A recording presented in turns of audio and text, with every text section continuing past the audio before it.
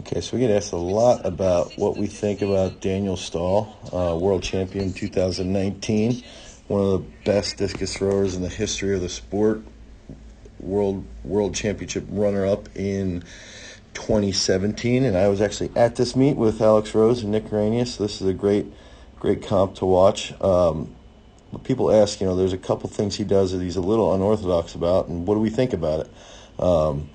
So I think it's important to note, one, I think he lost this comp by, two centimeters. But on top of that, he's an absolute specimen, and he's also a non-reverser for most of his career up till I think he was about 23 or 24. He did a lot of non-reverse work. So what's interesting, so coming out of the back here, he gets a good long right leg. Something he does differently is that as he sweeps that right leg to the center, he starts to lead with his knee a bit. Okay, I prefer with my guys to sort of keep that right leg longer later, and they would cut in. Stahl tends to lead with his knee perfectly fine because he does a good job. One other thing here is, and I think he might be changing this, I could be wrong, but I've noticed lately he doesn't do this as much, but his left arm he never really thought about. And actually after this comp, I got to spend a lot of time with him and Veston talking about technique, about what he thinks about. And at the time, in 2017, he never really thought about his left arm. I don't know if that's still accurate. So his left arm sort of drifts open. He's got a left leg that's lower than his left knee. I love that because his left leg is so quick. An interesting part here is he loses plantar flexion in that right side. You can see that pretty substantially. Right here, he starts to lose plantar flexion in that right side. That gets him into his left maybe a little early, but his left's so quick here, he's still catching that super deep. And for how big and strong he is and just an absolute specimen, he's very mobile there. He's really good, and a lot of people struggle right here. A lot of people struggle to get to a flat left, and they don't even understand the concept of it.